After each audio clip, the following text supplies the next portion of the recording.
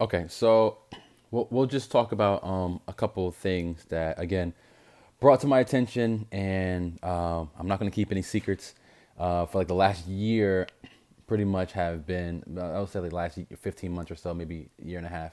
I've been pretty much just like staying to myself. Just haven't really been in the crypto market. Just kind of just holding off on putting my money back in because we all saw the writing on the wall kind of early, and thought that there was a way to the word I'm looking for is I guess pad that resistance.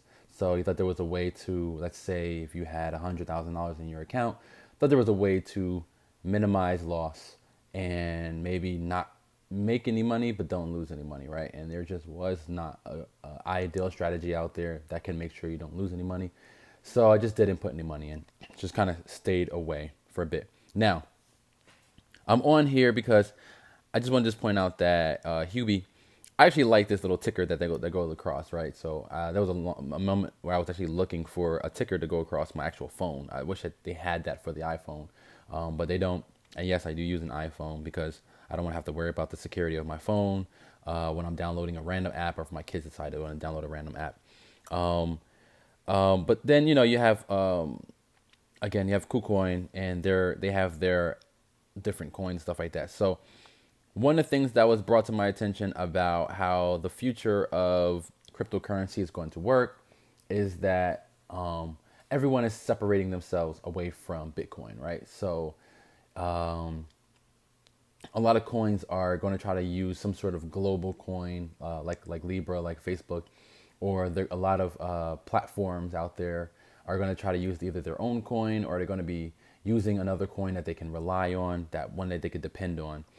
And with that being said, and given the fact that the coin, Bitcoin itself, is kind of the leading conglomerate in this sense, just want to just point out two separate things that will help you guys kind of make a decision on how you should hold and what you should hold. Because I'll make my own decision, but I'll tell you what I'm looking to hold in the future, massive amounts of, and what I'm looking to hold somewhat an amount of. And then again, obviously, I will follow those few. I'll take screenshots of them now, and as I decide to purchase them, I'll take screenshots just for my own personal interest. But I'll keep track of when I said that it was a good idea compared to when it actually explodes, right? So there's a couple of things that we'll look at is like the top 20 coins, right? So we got Bitcoin, Ethereum, XRP. We have Litecoin, Bitcoin Cash. We have all these coins, right? So when we look at market cap, right? So we can see Bitcoin is killing it, and then number two is Ethereum. At one point, I think XRP was trying to take over when it was like $3. So it was actually at number two, and then you got Litecoin that was not too far behind that when it went to 400 or so. So you got these coins that were very close, and then you had Bitcoin Cash and XRP were actually swapping back and forth between 2 and 3 and 3 and 4. So that was actually pretty cool to see. And then obviously Binance, given the fact that it's in the top 10, the reason why it's exploded to this number here, $36. I remember when Binance was like literally $1, $2, and $3. And then I remember when it went to $10 and I sold off, and I said, what's the point of waiting for it to 5x if I could put it into something else and 5x that instead, right? So that was kind of the thing for me. So excuse me. All right, so with looking at those coins and saying, okay, I can kind of see where that comes from, we can look at Coin Gecko, right? So I like Coin Gecko because it actually breaks down what we're all thinking, right? So you kind of want to know, okay, the market cap, kind of still looking at that. But with Bitcoin saying, right, people talking about how Bitcoin itself will not only reach where it was last 2017, right? So December 17th, 2017, it reached 19,000 some change, almost 20,000. So we'll just call it 20,000. Given the fact that it reached that high, people are saying that it can possibly surpass that number by the end of this year, right? So we're already looking at it surpassing the high 2 years later, or being the new high, right? And then not slowing up because, again, the world around us is actually starting to adapt to cryptocurrency and blockchain. So, with that being said, by the end of this year, the perception is either going to be that its all-time high will be at zero right here. This number here will be at zero, or it will be at a new all-time high, right? So this number here will be higher, somewhere between 20,000 and 40,000. Remember, we read about that. All right, so that's kind of the perception, right? So the coins that they've been saying to look at, that I've been strategizing on trying to figure out which ones are more important to buy first versus last. Now, I don't know which ones, but I'll probably start with the ones that have a higher loss than gain, ones that have the same amount of momentum, and ones that are separate and also being used on an outside platform from Bitcoin, right? I just want to double check that we're still recording. Okay, we're still recording. Okay, so with those aspects, right? So minimum loss of about 80%. Okay, so we were looking at minimum loss of 80%. That's what I'm looking at right now. So it needs to have lost from its all-time high 80%. Why? Because that's a minimum of 5x if it decides to reach its all-time high. Okay, we also needed to have the same type of news that has always been coming out. Always looking to grow, always looking to push forward, not looking to slow up. We also need to make sure that the coin itself is still being utilized the way it was supposed to be utilized, if it's part of the internet or if it's a payment structure, as well as making sure that new platforms have utilization for this. So if Amazon is accepting them, if they're looking to create like a debit card or something like that, right?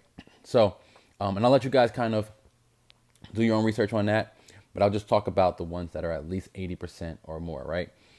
So obviously Ethereum at one point went to 1,400.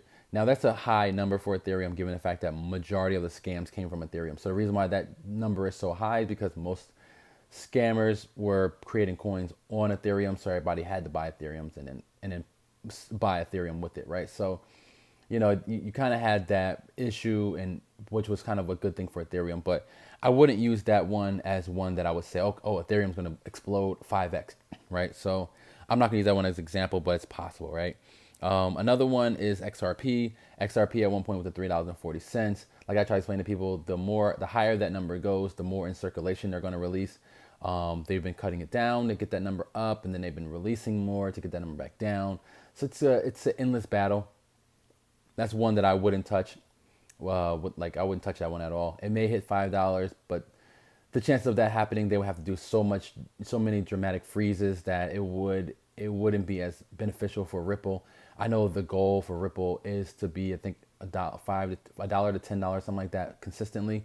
But they also don't want it to skyrocket. So the chances of it again hitting $5 and staying there, it's not really part of the strategy for Ripple. So I would advise against Ripple. Now, Litecoin, the reason why it's only 62% is because of the new news that Litecoin is starting to do the debit card thing. So it would have been nice to be a part of Litecoin if you're not a part of Litecoin, right?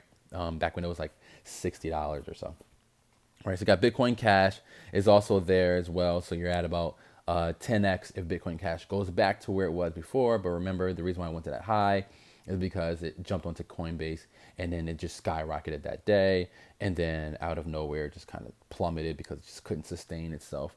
So that one I would personally probably end up buying because I do see Bitcoin at least getting back to where it was, and I do see Bitcoin Cash still being utilized the way it's aimed to be utilized.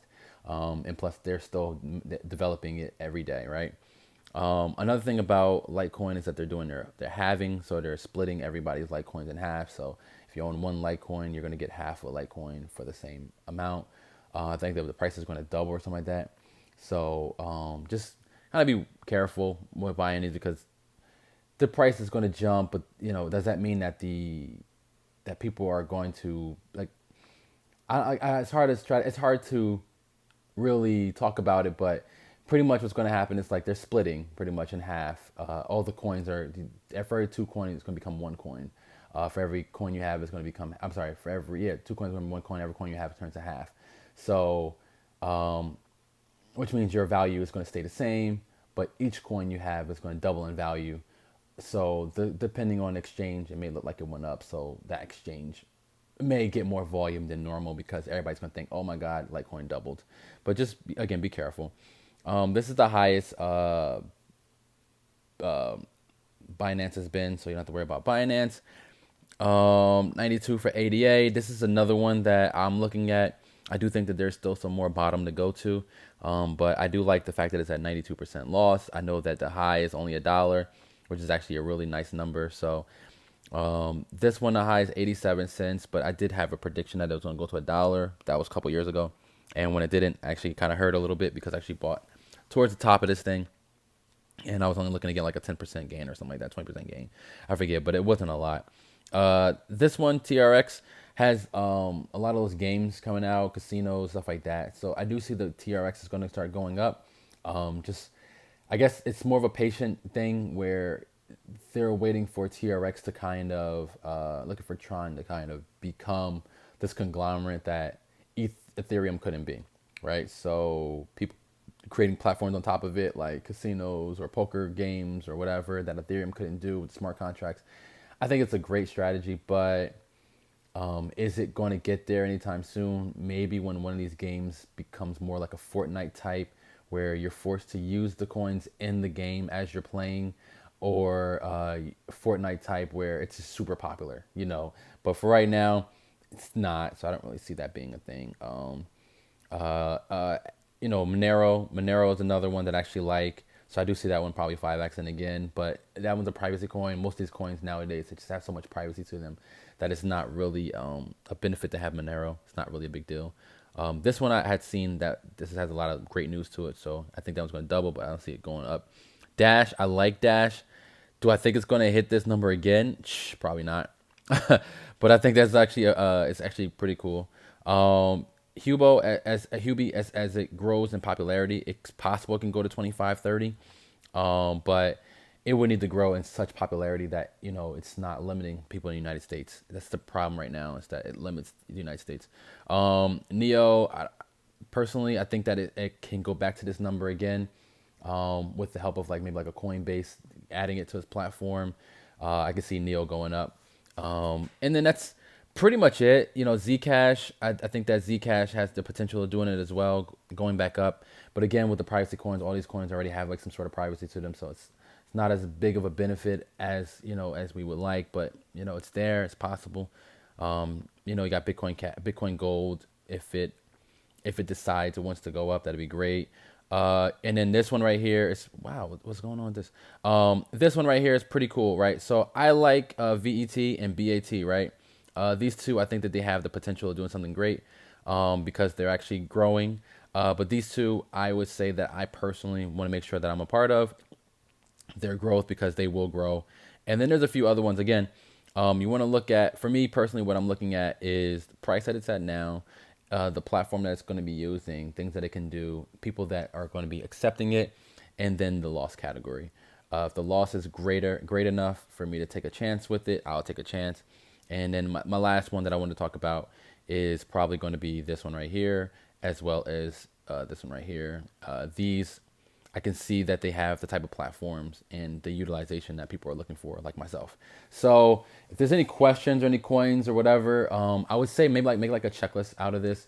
I usually make a checklist and I show you guys, but I would say make a checklist like that. Just kind of take a look at it and just kind of use that strategy as in, is it potentially going to go back to where it was?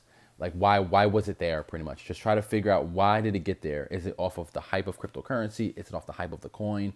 Try to figure out, what was it doing back then? What has it been doing lately?